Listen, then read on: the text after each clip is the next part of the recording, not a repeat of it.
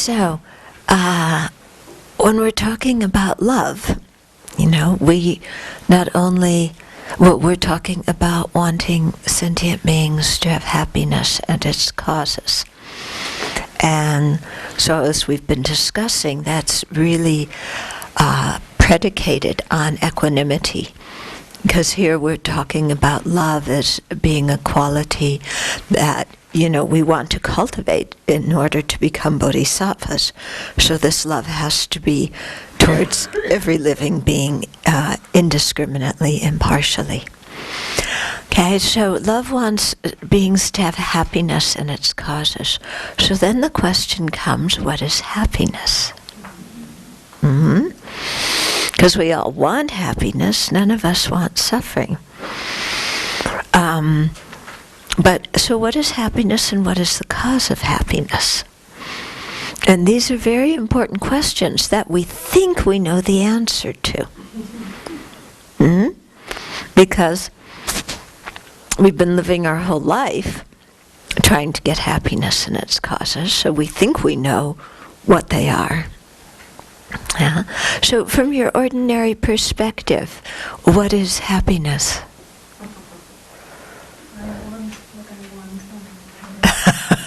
I want what I want when I want it, okay? Yeah? I'm thinking about this, and I think it's an absence of wrongdoing, harmful actions. It's anger, jealousy. It's not any of those. Yeah, okay, so it's not any of those wrong actions. Okay, but just for ordinary, in the world, what do people usually consider happiness? Material. Okay, material wealth. Contentment. Yeah, I'm not talking about the adjectives of happiness, like contentment, fulfillment, but what is it that gives you happiness? What? Vacations. Huh? A big 401k. A big 401k. Okay. What? All the sense pleasures. Okay, sense pleasures. Around you all the time. Having nice things around you. Comfort in your surroundings. Comfort in your surroundings. Yeah, getting our way. Praise. Praise, yeah, for sure. Success in your career. Yeah, success in your career. Friends. My animal. Your animals, yeah. Family. Kids. Yeah, family and kids. Good room now. Yeah, good food. Your pets. And good health. Okay. Isn't that what, most of us think are the things that bring us happiness? Yeah.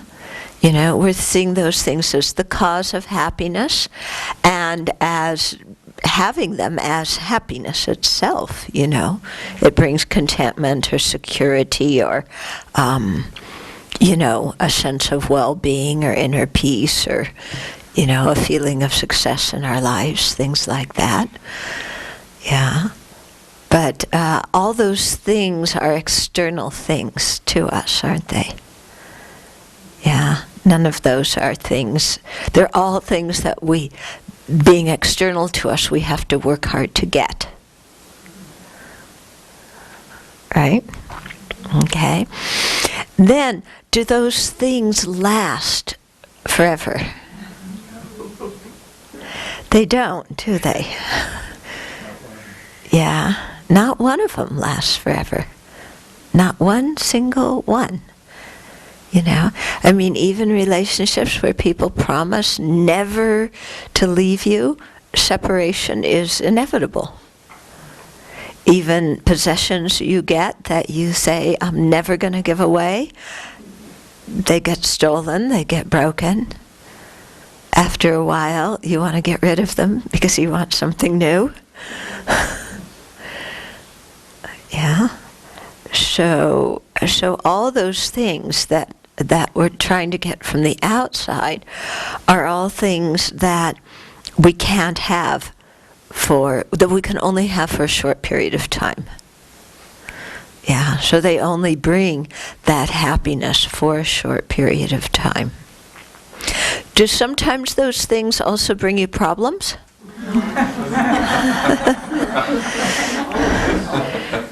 It's true, isn't it? Yeah. Those same things that we think bring us happiness also bring us problems. You know, if you've ever been in car hell, yeah, or computer hell, yeah, those are two new hell realms that they that they didn't have at the time of the Buddha.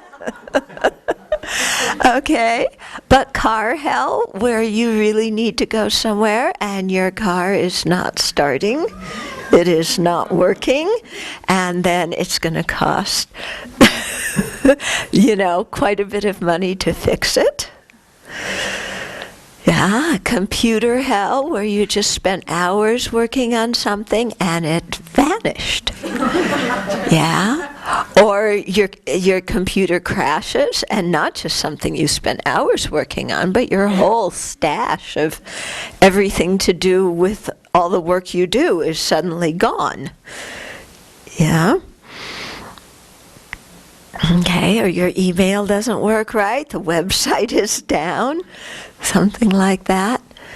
Yeah. Do you have iPod hell and iPhone hell also? Yeah, I talked to somebody who recently got an iPhone, and I just can't get it. She said, I know it'll get better, but right now I can't get it to work right. Yeah. American taxes hell?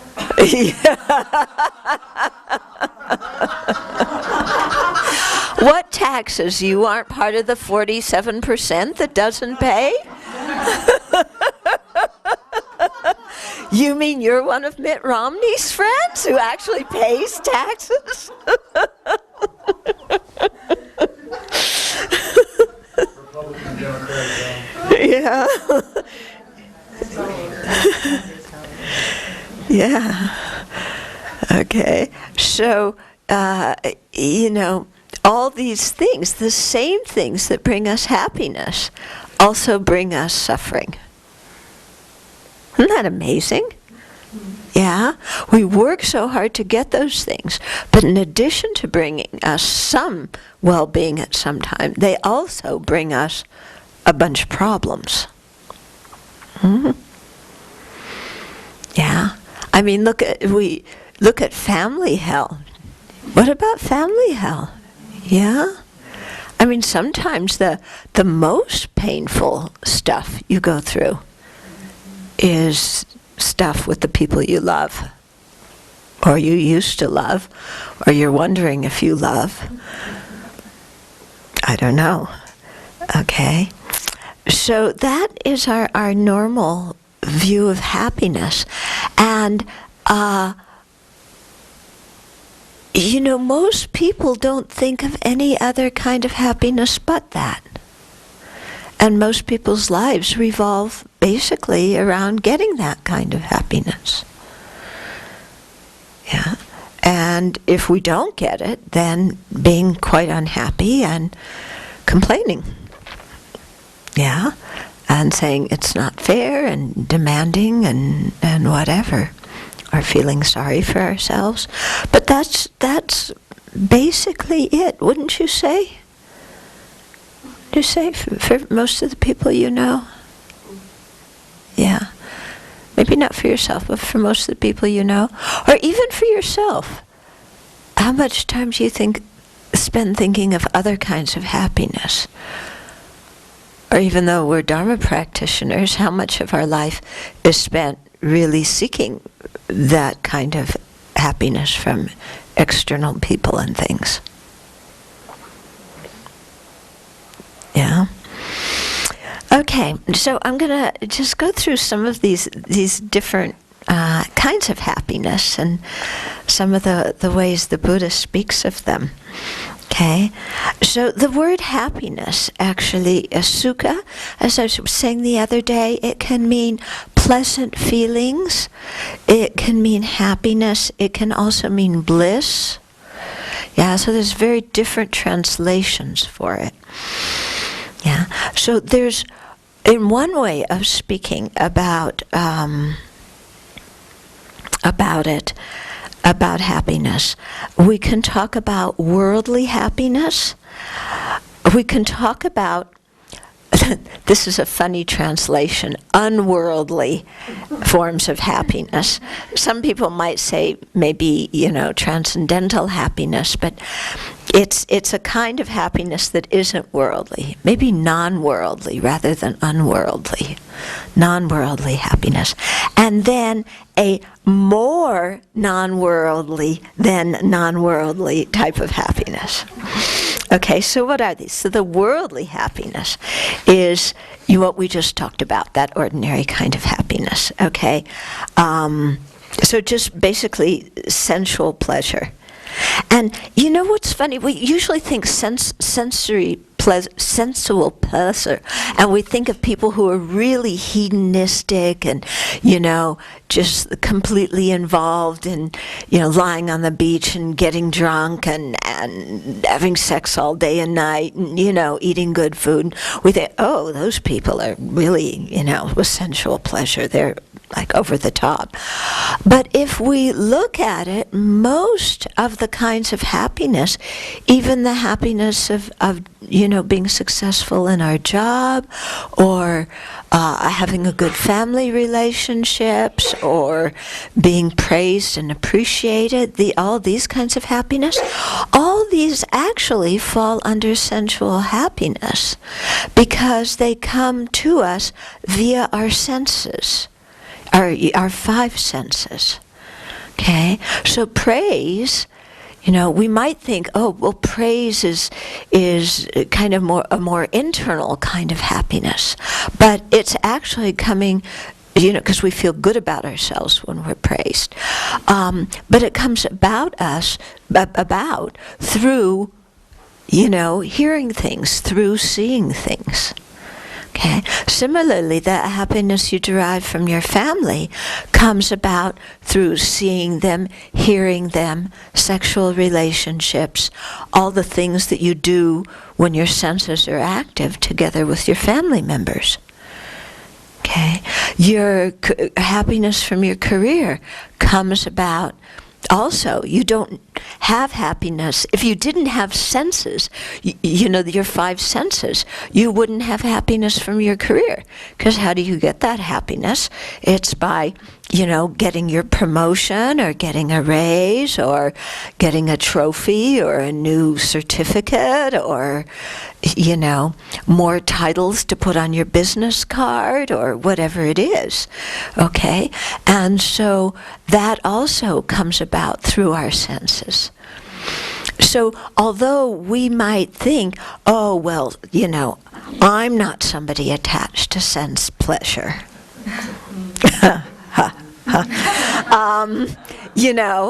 All these other things relate to the senses in some way. Okay? And if we look just at the basic sense pleasure, we all want to see good things. Be they the trophies, the certificates, the people we love, or who love us. We all want to hear good things, be it praise or announcements or, what people are saying about us. Yeah, nice music, things like that. We want to smell good smells, taste good tastes. We spend a lot of time thinking and talking about food. Have you ever noticed that? Yeah? I notice with my family, you go to visit, and, they want to get takeout because, my dad's older and it's hard, and when my mom was alive, it was especially difficult to go out. So you spend a half an hour looking at the menus, talking about what you're going to get. Or even people go out to a restaurant, how much time do you spend looking at the menu together, deciding what to get? How much time do we spend thinking about what we're going to buy at the store and what we're going to cook? Yeah? And then when you're eating, talking about the food and talking about other good food that you ate at other times. Right? Oh, oh, this ice cream's really good, but I had this really super ice cream here and there. And if you had gelato at the latest Italian gelato store, and you so much time spent talking about food. Yeah. And yet, when we're eating food, we seldom pay attention to it. Have you noticed that? We're usually talking or doing something else. Yeah. Okay, so the worldly happiness, has to do with those kinds of things. Yeah, and then the non-worldly happiness is the happiness that comes from developing different states of concentration. So earlier in the month we had the retreat on shamatha, or serenity, and so, developing serenity, developing the jhanas, or meditative stabilizations, because, when you're in those different states of meditative stabilization, there's a great deal of positive feelings, of pleasant feelings, of happy feelings, of rapture and bliss, and then even above, the states of jhana, when you have the 4 formless absorptions, then, although the feeling is equanimity, that feeling of equanimity is supposed to be even more sublime than the feelings of rapture and bliss that you get on the lower levels of concentration. Nevertheless, so this is called non-worldly happiness or bliss, because it's not depending on our 5 senses. It's not actually transcendental bliss, because when you enjoy this bliss from concentration, or this sublimity from concentration, if we haven't developed renunciation and wisdom, then we are still in cyclic existence, and those states of concentration are actually, as sublime as they are, they're going to perpetuate our cyclic existence. Okay, so for example, somebody who hears about the rapturous, wondrous feelings that you get in the 4 stages of jhana may go and meditate in order to attain those states of absorption. In doing so, they suppress their sensual desire, and here I'm using suppress not in a psychological way that's psychologically unhealthy, but just, that desire that takes you away, that's basically one of our chief distractions when we meditate, isn't it? So they're able to suppress that desire. They haven't gotten rid of it totally, because only the wisdom realizing the nature of reality does that. But they've suppressed it, and then in doing so, their mind becomes more free to concentrate, and through developing these deeper states of concentration, they experience very sublime feelings of happiness and bliss. So they may be in a human body, but when they go in these states of concentration, their mind is actually a state of mind from the form realm, or from the formless realms. Because in samsara we talk about 3 realms. The desire realm, which is the one we live in, so-called for obvious reasons. The form realm, where they are not attached to desire realm things, but they still have bodies, and they have deep states of meditation. And then the formless realm, where they don't even have a gross body, and they're just in deep meditation all the time. Okay, so the temporary pleasure that comes from being born in the form or formless realm is much greater than the temporary pleasure in the desire realm. You get born in those realms by being a human being and developing those states of consciousness through practicing serenity, concentration, and developing your mind in that way.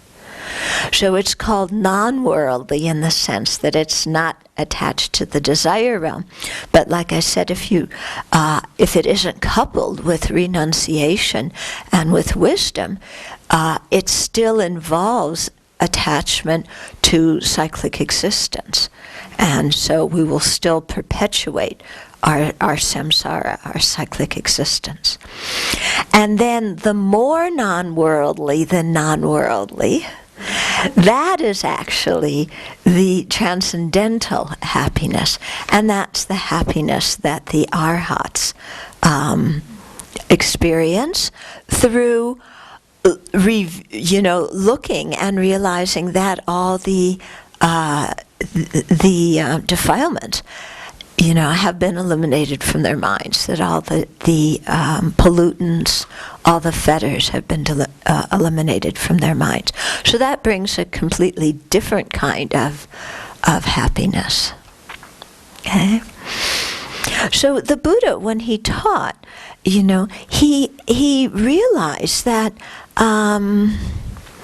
that people have different longings for different kinds of happiness, and he was trying to get people, to slowly refine the kind of happiness that they're seeking. What isn't included, let me go back for a minute, what isn't included in the schema I just gave was the happiness of bodhisattvas, who, for example, when a bodhisattva hears somebody say, "Please give me something," whatever it is, the bodhisattva experiences happiness that far surpasses the arhat's happiness of knowing that that their defilements have been eliminated. Think about that for a minute. Yeah, some of these bodhisattvas aren't even out of samsara. Well, some of the bodhisattvas aren't out of samsara yet. Some of them haven't even realized don't even have direct realization of emptiness yet. Yet their happiness, the happiness that arises in them when they think of benefiting some sentient being by giving them something, is far greater than an arhat's happiness of being out of cyclic existence. That's how much bodhisattvas have exchanged self with others. So that the idea of giving happiness to others, brings them so much incredible delight. Isn't that amazing? Yeah. And then try and compare the joy or the internal experience that a Buddha feels, if this is what a bodhisattva feels. Bodhisattva is somebody who's training to be a Buddha. Okay? So, so the Buddha talked about different ways to procure these different kinds of happiness, which we'll talk about in a few minutes. I just want to go through some of these other ways that the Buddha talked about happiness. There's another schema that he gave where he contrasted the happiness of lay life to the happiness of somebody who has gone forth. Going forth means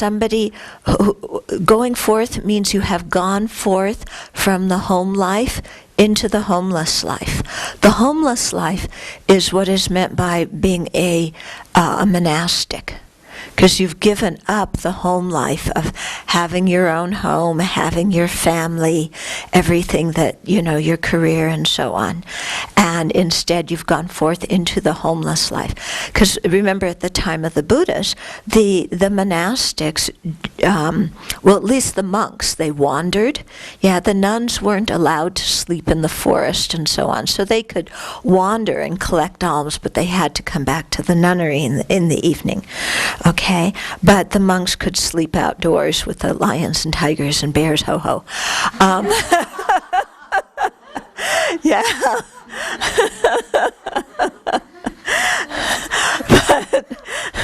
Yeah.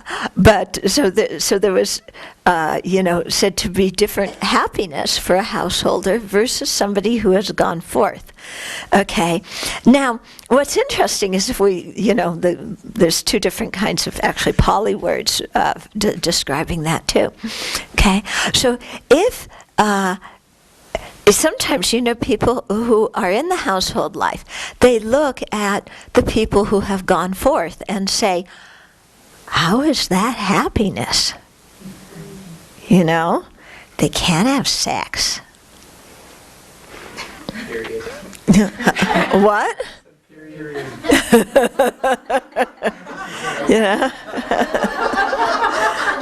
Okay. They can't have sex. They, can only eat certain foods at certain times. They can't listen to music or sing or dance or go shopping for, for their own food and own personal items. Yeah. They can't accumulate wealth. What are you talking about? Yeah? Okay. Yeah. So, but there is a kind of happiness that householders have, and a kind of happiness that renunciates have. Okay. So this can also be, we know the kind of happiness householders have. We've all been householders at one time. What do you think the happiness of renunciants is? What? Oh, I was going to say you wouldn't have to worry so much about all the concerns, and you would have more time to spend on practicing. You have more time to spend on practicing. But also, if you don't get those things, You don't, yeah. The suffering that comes. yeah. Yeah, you don't get the suffering that comes with them. But just because you've renounced doesn't mean that you've let go of all your attachment. Yeah. Renounce lay life. Just because you've put on robes doesn't mean that you no longer have attachment to things, that the pleasures of the householder. So there's a certain kind of suffering that comes if you still have attachment, isn't there? Yeah, so what kind of happiness is it? Yeah? You don't trigger your attachment. You don't what? Trigger? You don't trigger your attachment. So yeah, one thing is that the precepts prevent us from having a lot of contact with the things that we're attached to. So by not triggering the attachment, then we don't have the problems that come with craving but not being able to get what we're craving for. Okay. But sometimes your mind can still crave, isn't it? Yeah, Also, if you're in a monastic environment, you're in an environment that supports you're letting go of all those attachments. So not only don't you have the things, but you're also in a supportive environment. Okay, you're in a supportive environment for releasing the attachments. But what kind of happiness do you think people experience as monastics? It's the freedom from not having all. One is the freedom from not having the stuff. What about the stabilization we're talking about? What about meditative stabilization? The ability to work towards that mind that can stabilize and become a suitable vehicle to be able to, want happiness for other beings. not Yeah. themselves. Yeah, okay. So the monastic's going to have more time to be able to do meditation to attain the non-worldly kind of happiness, or to attain the kind of happiness that a bodhisattva has about, that they want to, the delight they have from giving, for example. But does that mean that you shaved your head and changed clothes and then all of a sudden you have this, fantastic happiness? Yeah? There's more opportunities to engage in virtuous activities which brings happiness. Okay, so there's more opportunity to engage in virtuous activities which bring happiness, for sure. Yeah? Is it harder though? Because I experience happiness when I'm around a lot of people and I can have opportunities to help them. Mm-hmm. It seems in a monastic community, those opportunities would be less abundant. Oh, to help others? Oh, actually, it's quite abundant. It's very abundant. Yeah, because first of all, people from outside come Oh, and want help. And then within the community, helping the people within the community is a big thing. okay. Yeah, lots of opportunity to help. Yeah? I feel like there's a kind of opening up to the love of the Buddha. Mhm. That sort of, like you make yourself more receptive almost. Okay, so you feel that by becoming a monastic, you open yourself up to a deep connection with the Buddha. Yeah. Yeah, very much. What about those of you who've ordained? Do you have any kind of happiness that you didn't have as a layperson? Well, I would say that the major thing is letting go of the home life, but then there's time to actually get to know my mind and get to know myself so that I can see what I need to transform and see how to. And there's sometimes that's painful and hard work, but other times it's quite joyful when you feel like you've understood something and kind of can let something go and really change your behavior. Okay, so doing the practice, can be very difficult and sometimes painful at times. But then when you do it and you're able to let go of something or break through something, then there's a sense of happiness that you wouldn't have had otherwise.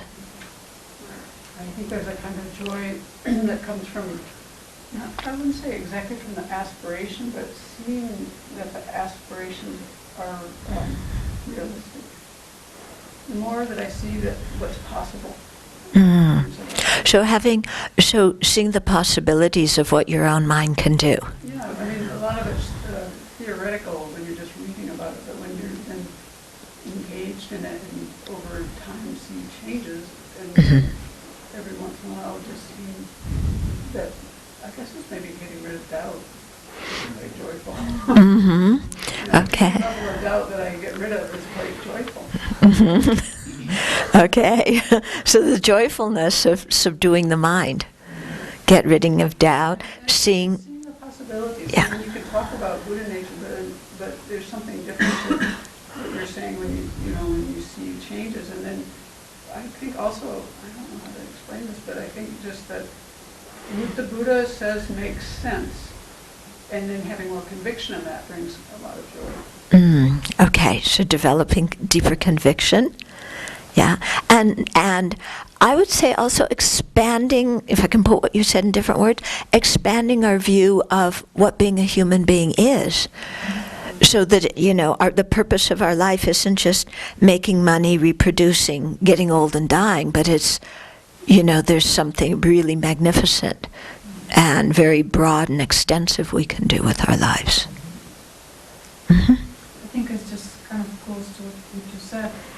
For me, the most joyful thing is really seeing that I'm applying my life in the most meaningful way that I can really think of. What can be better purpose than benefiting all other beings? Okay, so a sense of fulfillment for using your life in a good way. Okay, so you can see that these are more kind of internal happinesses that you don't have to get some external object to have, but they're happinesses that come about through transforming the mind. Yeah.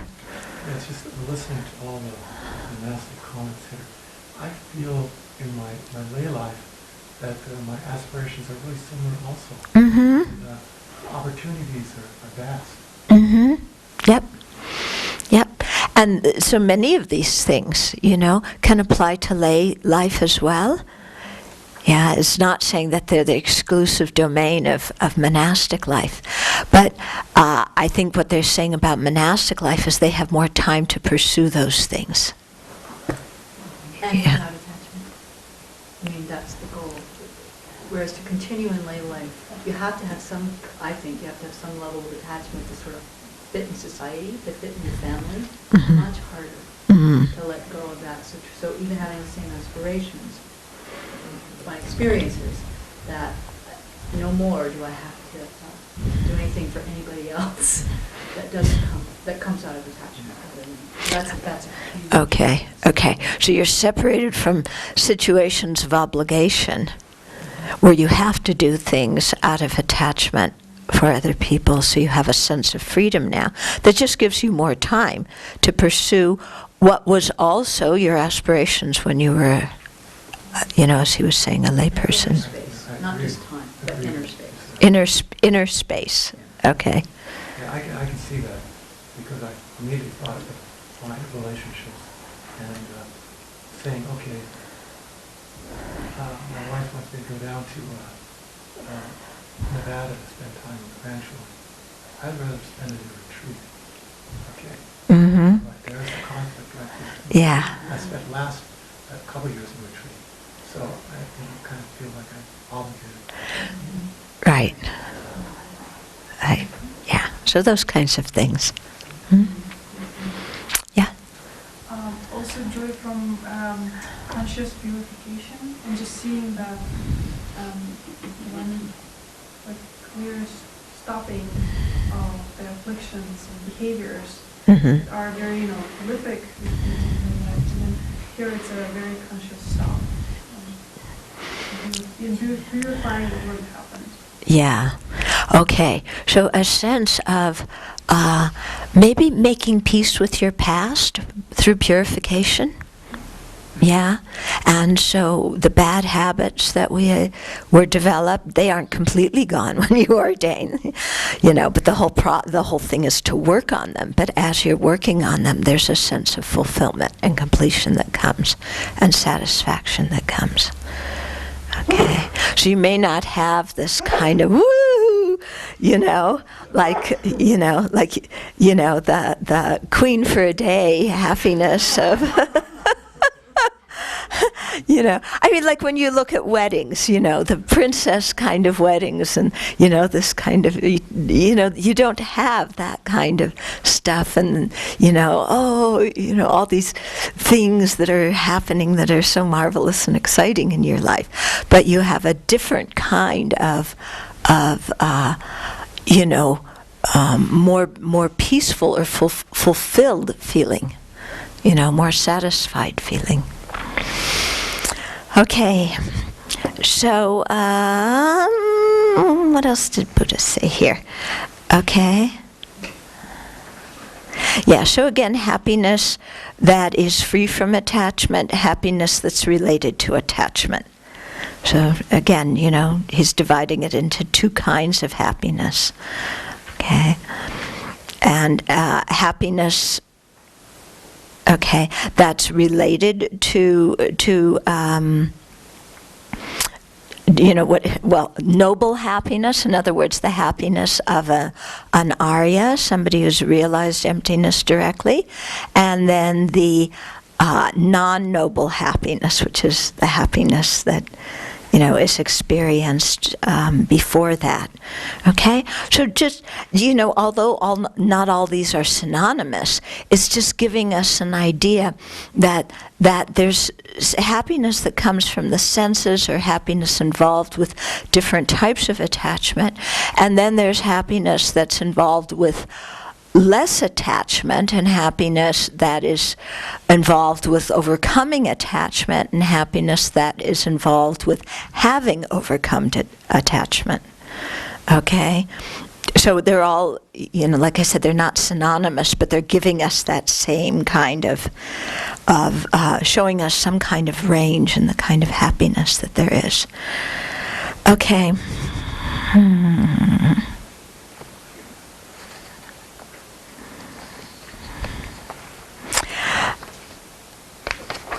Okay. So then, the kinds of happiness that we get when our sensual desires are fulfilled, what does that happiness lead to? What kind of actions does that happiness lead to? Yeah, more craving, more grasping. How does it lead to non-virtue?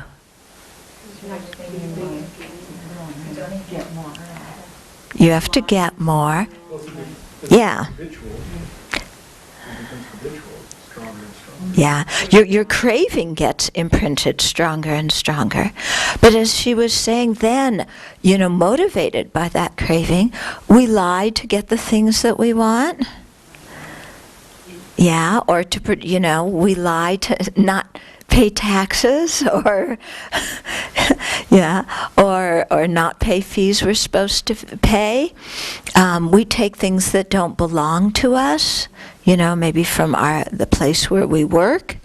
Nobody's going to know, and anyway, the company's rich and they don't pay me enough, so I should be able to take these things. Now, we kill to protect our own property. Yeah, or even if we're not killing directly, we advocate, sending troops to go off and protect our property. Yeah, we utter harsh words to people who get in the way of our happiness. We create disharmony by, speaking poorly about people behind their back in order to get what we want. Yeah, Our mindfulness decreases. Yeah, our mindfulness very much, because our quote mindfulness is now on non-virtuous things. It's not really mindfulness. Yeah. And in general, the mind very easily gets distracted because we have to do a lot of things to get the desired objects that we want. And then once we have them, we have to do a lot of things to protect them. And through doing these two things of procuring and protecting, it's very easy to get involved in non-virtuous actions. Yeah. It's not that you have to, but it's just so much easier to. Isn't it? Yeah. I mean, if you don't have a computer, then you're never going to scream at the people in India and Pakistan who are trying to tell you how to fix your computer. Yeah. If you don't have a car, you're never going to scream at the mechanic, or criticize the car dealership, or get furious because somebody scratched your brand new car.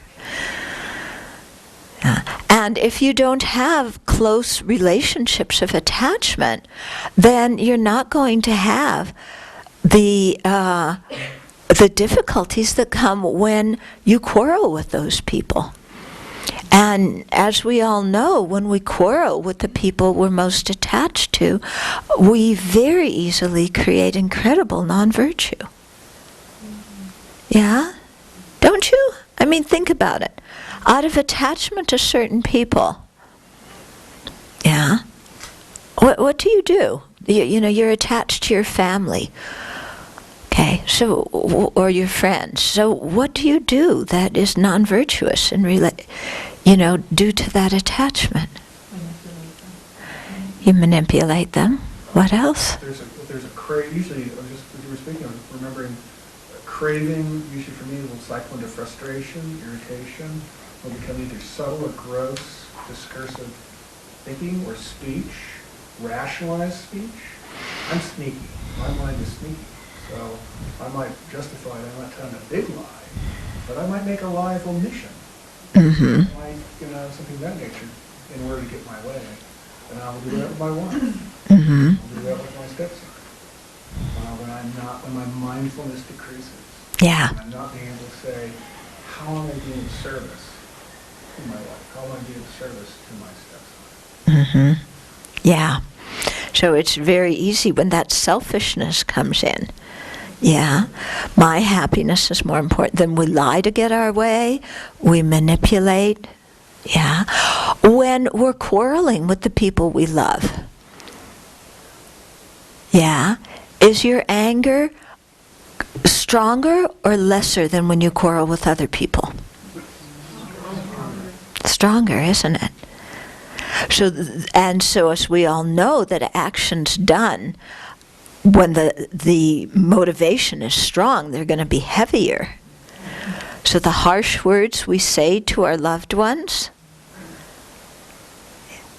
yeah, that they can be pretty intense, can't they?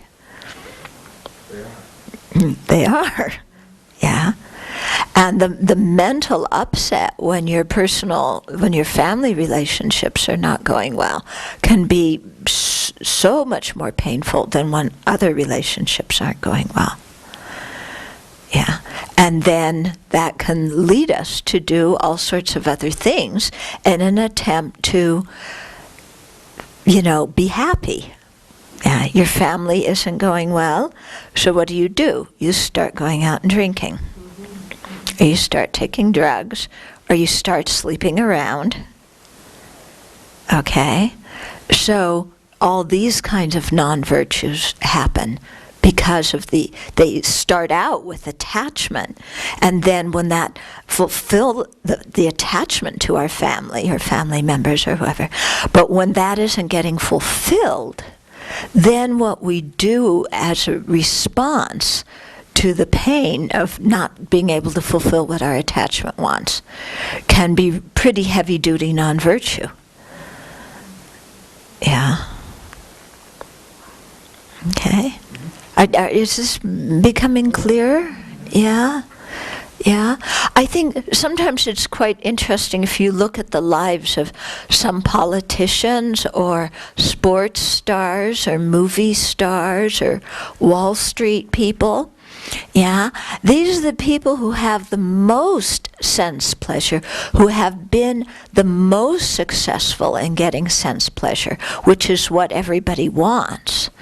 And yet very often, the lives they lead have great suffering and great non-virtue. I mean, look at the guy, well, look at John Edwards. Yeah. I mean, incredible non-virtue, unwise and unkind, sexual behavior, lying, stealing, all sorts of things like that, in an attempt to get the sensual happiness that he wanted. Okay, or the guy, what was his name, Madoff, who swindled all the people? Yeah, again, he had what everybody wants, but that happiness led him to create so much non-virtue, especially from stealing and depriving people of property. And then you saw his own son committed suicide. Imagine how he must feel thinking that his son committed suicide, probably because of what his own shenanigans. Yeah. So many of these people that we look up to as heroes, as successes in life, if we really look at their lives, they've created a tremendous amount of non-virtue to get that kind of success. Now, if we look at like Gaddafi, I mean, a dictator. If you look at it from the perspective of worldly happiness, he had a family and a couple of wives and all these children and all these palaces and everybody chanting his name because they loved him, and, so incredible amount of power. And yet, look at the amount of non-virtue he created to maintain that power. And look what he did when that power was threatened. And so all the negative karma that was created by him and his family through killing and stealing and lying and, the whole 9 yards. Okay? So this is part of the disadvantage of attachment to objects of desire. Yeah. And we all say, oh, I'm not going to be like Gaddafi, you know. But we all want, maybe we don't want to be the dictator of Libya, but we would all like to have all the things that he had in our own sphere. Wouldn't we? Wouldn't you like to have incredible amount of power and control over other people? Wouldn't you like to have wealth, and not only your house, but one country house and two country houses? You know, wouldn't you like to be able to jet all over as you please? You know, wouldn't you want to have all these kids, you know, who helped you in your family business? You know, who you could really trust with the family wealth? You knew they were going to, you know, Just not the 2 wives. yeah.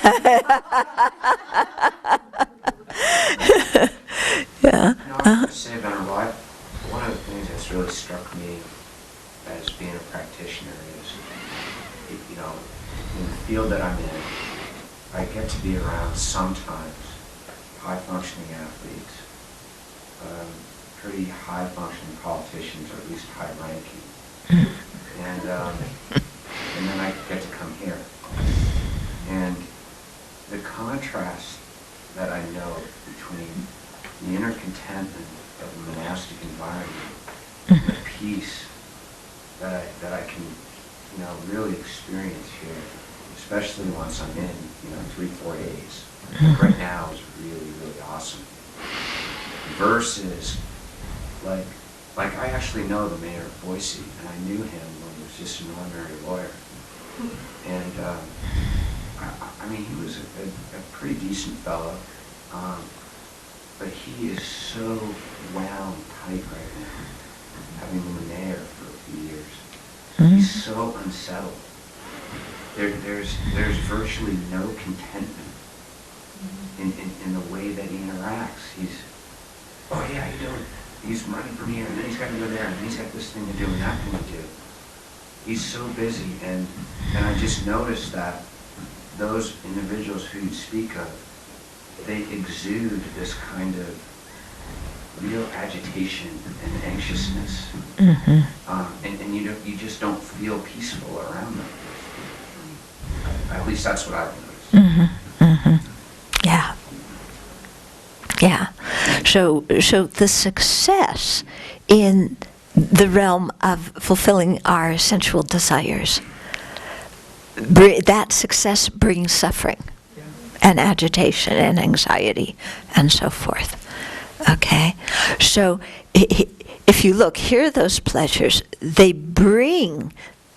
easily get you involved in non-virtue. Okay? Yeah, the pleasures, you know, pleasure of monastic life. I don't know, the joy of monastic life or the fulfillment of monastic life. You know, that isn't going to get you into that kind of things. I mean, of course, you may have monastics with very worldly minds that, you know, they really want to be the chief abbot of the chief abbot and, you know, and have a train of groupies follow them around everywhere, and lots of people look at them and say, oh, you're the Buddha. You know, there are people who have, you know, worldly things in their minds. Just because you became ordained doesn't mean your mind is instantly pure. Yeah, but if you're practicing properly, the happiness that you get from monastic life is going to lead you to create more virtue. Yeah, the result of that happiness is going to be more virtue rather than less virtue. Okay, then when we look at the causes, okay, so this is, okay, here we're starting to bring ethics into our examination of what is happiness. So what kind of happiness can lead to, you know, has more of a tendency to lead to non-virtue? What kind of happiness has more of a tendency to lead to virtue? Okay, then, so those are talking about the results of those kind of happinesses. Then what about the causes of those different kinds of happiness? Yeah, they also have an ethical dimension to them. Now, because even to get the happiness of this life, involves creating virtue. Yeah, to be born as a human being, the principal cause is ethical conduct in general, because that's what brings a human life. To have material wealth, chief cause is generosity. Yeah, generosity of material things. Yeah, one of the chief causes, or one of the causes for having an attractive physical appearance is the practice of patience and fortitude. Yeah. Why? This is interesting.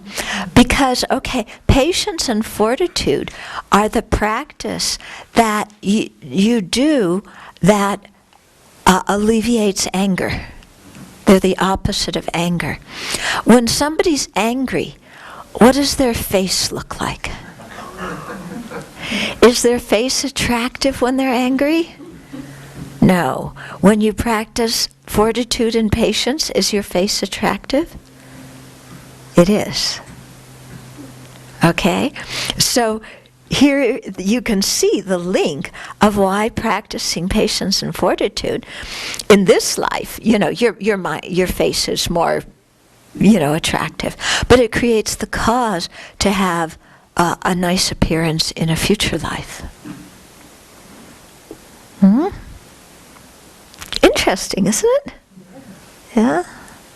Interesting is in our culture, then if you're born with a beautiful face, you push towards this fame and fortune, and then you end up getting negative. Yeah. That's one of the things about... How is that fortunate? Yeah.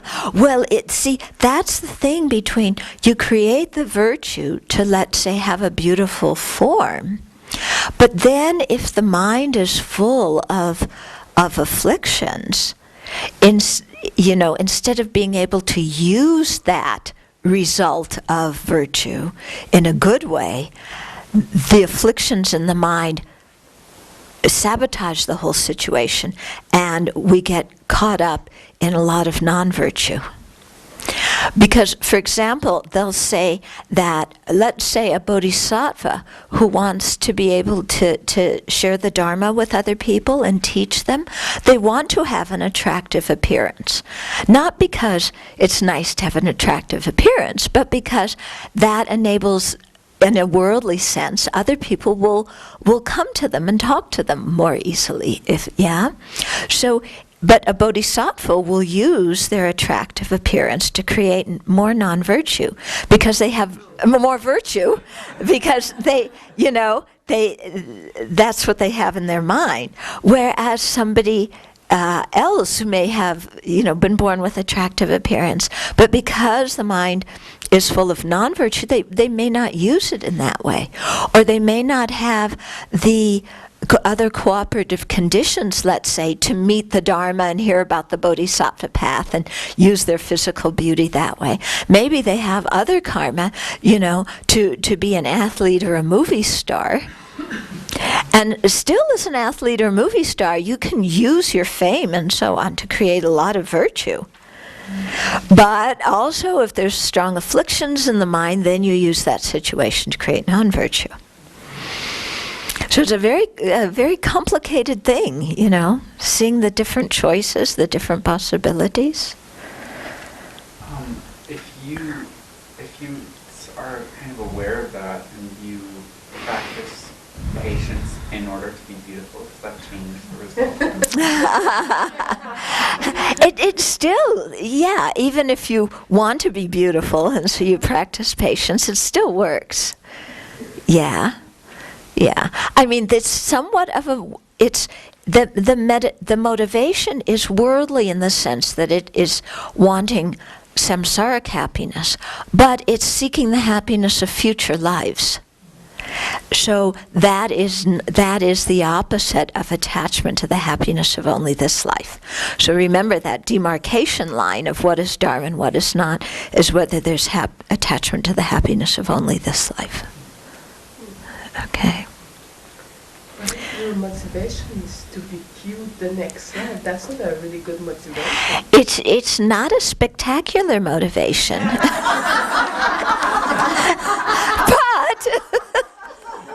but it does involve a certain amount of renunciation of the pleasure of this life, doesn't it? Yeah, because someone has to work hard to overcome their anger to get that. It's the same as people who want to be wealthy in their future lives, so they make extensive offerings now. Yeah, with their mind saying, I want to be wealthy in a future life, and this is the cause for it. So some people may say, oh, that's just, it's just selfish thinking about their future life. Well, in one way, yes, you can say that, but in another way, their mind is still very virtuous because they're having a good intention. They're not attached to the happiness of this life, and they're giving their property away and sharing it with the others. Okay, so we shouldn't judge. Yeah, we shouldn't judge like that. Because I've met sometimes, like in Asia, it's very common. People will be generous to temples and monastics and so on, because they say, I want to create merit so that I can have a good future rebirth and be wealthy. And then Westerners often come along and say, oh, look, they just have such a samsaric motivation. They want to be wealthy in their future life. But the Westerners don't even give any donations. Yeah. Oh, we're superior to these people who are just giving donations like buying happiness for future life. We're superior to them. So then they don't give any donations. So who's the one who's really creating the virtue? The people who are giving, even though their motivation is for the happiness of the future life, they're still creating virtue, aren't they? Not the person who's being arrogant and judging them and criticizing them. That person's not creating virtue. But without criticizing and all of that, I would have thought that it would not have been a merit. Yeah. No, as long as it's not attached to the happiness of this life. Yeah. It's attached to the happiness of the next. Yeah, but that's different than the happiness of this life, isn't it? I sit on it. It involves some degree of, if you want to be generous, it's like, okay, you have all this wealth, so you're thinking, oh, I want to be rich in my future lives. So I'm going to give this away now with a good heart and a happy heart. And I know that it creates the causes for that wealth. But it also benefits people now. And I have this wealth and I want to use it to do something good, for myself, for my family, for other people. That's a good intention, isn't it? That's a very good intention. They don't have to be thinking about liberation and enlightenment.